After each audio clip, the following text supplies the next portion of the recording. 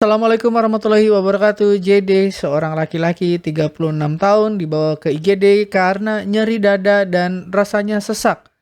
Dan dia merasa terengah-engah, pandangan mata mulai gelap, dan dia menyangka mungkin ini serangan jantung dan mungkin inilah waktu kematiannya. Tapi ketika sampai di IGD dilakukan pemeriksaan, EKG dan sebagainya, ternyata ditemukan bahwa JD itu tidak mengalami serangan jantung, hanya serangan kecemasan. Dokter mengatakan fisik Anda sehat, tapi mengalami kecemasan yang parah. Nah, setelah dilakukan wawancara, ternyata JD ini memang selama ini sulit tidur. Ya, mungkin tidur sehari hanya mungkin 3 atau 4 jam, terlalu banyak pikiran, banyak kerjaan, dan sepertinya tidak bisa untuk tidur dengan nyenyak. Dan selain memang karena memang dia punya kebiasaan minum banyak energy drink, mau yang sasetan, mau yang botolan, mau yang kaleng atau yang di gelas plastik, itu dia minum hampir mungkin 5 sampai 6 dalam waktu sehari. Kopi sasetan juga gitu, dia suka minum banyak dan menyebabkan dia sulit tidur. Dan ternyata sulit tidur itu bukan hanya dialami oleh JD, bahaya kurang tidur itu kalau Anda kurang tidur, kalau penelitiannya itu di bawah 7 jam, mungkin kalau di Indonesia 6 jam itu banyak ya, biasa. Anda berisiko untuk mengalami penyakit serius seperti serangan jantung, stroke, dan kematian dini. Jadi memang si JD yang sulit tidur itu ada kemungkinan dia memang sudah mengalami gangguan fisik, misalkan seperti serangan panik dan seperti serangan jantung.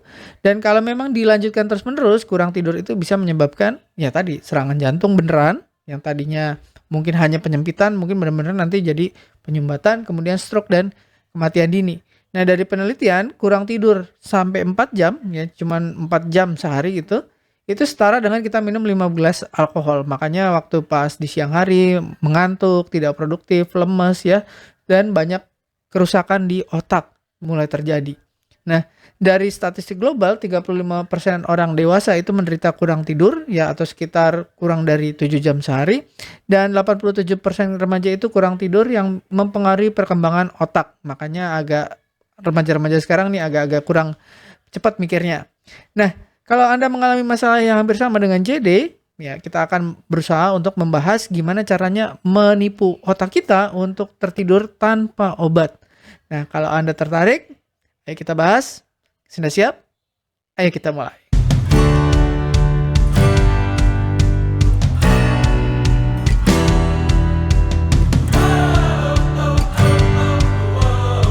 Nah, gimana caranya untuk mengubah gaya hidup supaya tanpa obat kita bisa tertidur? Nah, itu juga dilakukan oleh JD. JD berusaha untuk berhenti mengonsumsi tadi energy drink, kopi, kemudian makanan-makanan manis sebelum tidur supaya apa? Supaya tidurnya jauh lebih nyenyak dan bisa lebih panjang gitu ya. Nah, ternyata dia sudah mencoba. Oke, sekarang tidak ada penyebab dari minuman atau dari kafein atau minuman energy drink, itu penyebabnya sudah dihentikan. Tapi tetap dia susah tidur. Nah, ini banyak juga dialami oleh pasien-pasien saya juga. Ya, maksudnya saya nggak minum kopi dok, saya nggak minum energy drink, saya nggak minum yang jos-jos itu dok, saya nggak minum. Tapi kok masih susah tidur? Ternyata isi pikiran kita itu membuat kita sulit tidur. Kita udah bahas beberapa video sebelumnya tentang isi pikiran dalam kepala, suara-suara dalam kepala itu bisa juga membuat kita susah tidur ya, yang mengkritik, yang khawatir nanti besok gimana. Ya, kebetulan si JD ini baru mulai berkeluarga dan punya anak kecil usia TK, jadi dia udah mikirin gimana nanti sekolahnya, gimana nanti ke depannya. Nah, kemudian JD ini ternyata datang ke saya, kemudian kita diskusi dan ternyata memang gimana caranya untuk supaya ada solusi tidur, dan dia belajar ya, saya ajarin bahwa otak kita itu mengikuti atau bisa untuk menyesuaikan, beradaptasi dengan gelombang di sekitar. Nah, gelombang di sekitar itu bisa gelombang cahaya, kemudian gelombang suara dan gelombang berupa getaran atau vibrasi, dan dia mulai mengurangi itu cahaya, suara, dan getaran, tapi masih belum bisa juga. Nah, ternyata gelombang otak kita itu juga menyesuaikan dengan gelombang tadi ya, cahaya, suara. Nah, untuk bisa tidur dengan nyenyak kita harus menurunkan gelombang otak kita dari yang getaran tinggi, misalkan alfa atau beta ya. Beta itu yang tinggi saat kita sadar berbicara seperti ini, belajar segala macam. Nah, beta diturunkan ke alfa itu sudah mulai ngantuk, dan akhirnya supaya bisa tidur lelap itu kita harus masuk ke gelombang yang lebih rendah lagi atau theta. Nah, gimana caranya? Adalah dengan menyesuaikan gelombang di sekitar, ya cahaya, kemudian suara, kemudian getaran. Nah, waktu itu JD ternyata adalah seorang pemain drum dan dia menciptakan irama stabil. Jadi dia punya ide ya, daripada misalkan pakai rekaman atau dengar YouTube atau dengar musik ya, kadang-kadang suka nggak sempet, dan kadang-kadang harus nyari misalkan headphone, harus nyari YouTube-nya dulu atau harus nyari suaranya dulu, itu kadang nggak sempet. Ya, kalau lagi capek dan pengen tidur gimana tapi nggak bisa tidur. Nah, ternyata dia seorang pemain drum, akhirnya dia menciptakan satu irama. Ya, jadi karena memang tadi gelombang otak kita itu terpengaruh oleh beradaptasi dengan gelombang di sekitarnya, dia menciptakan irama yang stabil. Dengan apa? Dengan irama drum. Dia menepuk-nepuk lututnya sendiri atau pahanya ketika mau tidur. Ya, jadi dia ketuk-ketukan yang lambat ya, tek tek tek. Nah, dia menepuk lutut secara pelan selama 4 menit ya, 4 menit.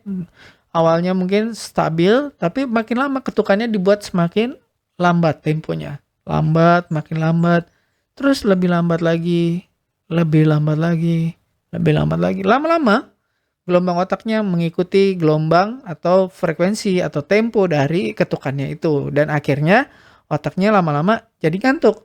Nah, hasilnya si JD ini bilang ya, "Dok, saya akhirnya tidur bisa nyenyak, Dok, selama 7,5 jam tanpa gangguan."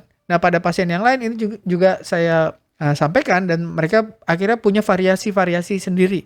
Ya, maksudnya ada yang pakai misalkan tepuk-tepuk di paha seperti JD, atau tepuk-tepuk di pantat ya, yang akhirnya lama-lama makin lambat, makin lambat, makin lambat, akhirnya ngantuk gitu ya.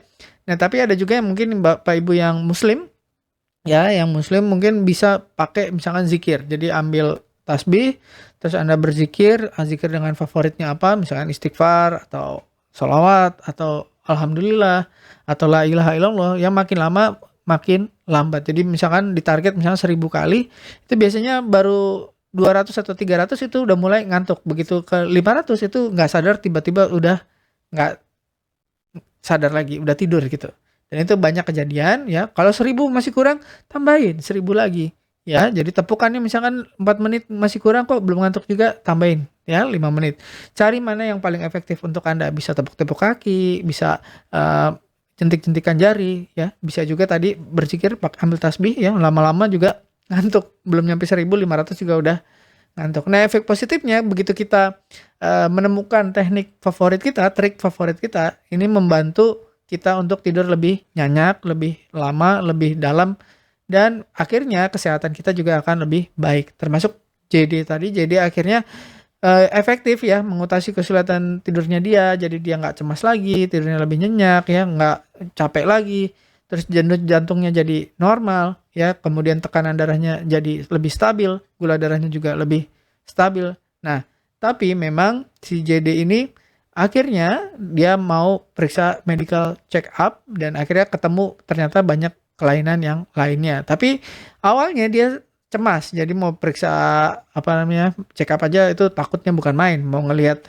hasil lab itu kayak, aduh ntar deh dok ya, uangnya ada sih dok, tapi takut ngelihatnya gitu. Karena dia juga nyadar bahwa selama ini emang gaya hidupnya kurang bagus. Tapi dengan memperbaiki satu hal, misalkan Anda makannya belum benar ya, makannya masih kurang sehat, atau tidurnya kurang sehat, atau minumnya kurang, atau apa ya, perbaiki satu hal itu biasanya akan membuat kita untuk lebih mudah untuk memperbaiki hal yang lain. Kita nggak takut untuk memperbaiki hal yang lain. Seperti JD, dia memperbaiki tidurnya, begitu tidurnya udah bagus, dia akhirnya mau lihat lab. Ya, habis lihat lab, nanti dia mau cek lab, terus kemudian dari situ dia bisa tahu apa yang mesti diperbaiki, apa makannya atau apanya gitu ya.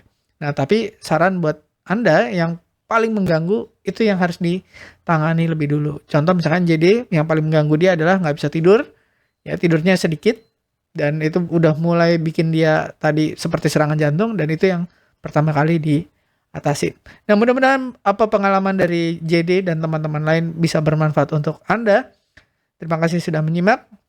Saya Dr. Ruli. Assalamualaikum warahmatullahi wabarakatuh. Terima kasih telah menonton hingga selesai. Jangan lupa tulis pendapat Anda di kolom komentar.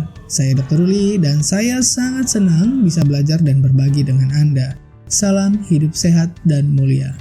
Jangan lupa tekan tombol like, subscribe, lonceng notifikasi, dan ikuti media sosial kami sehingga Anda tidak akan melewatkan ilmu berguna lainnya dari kami.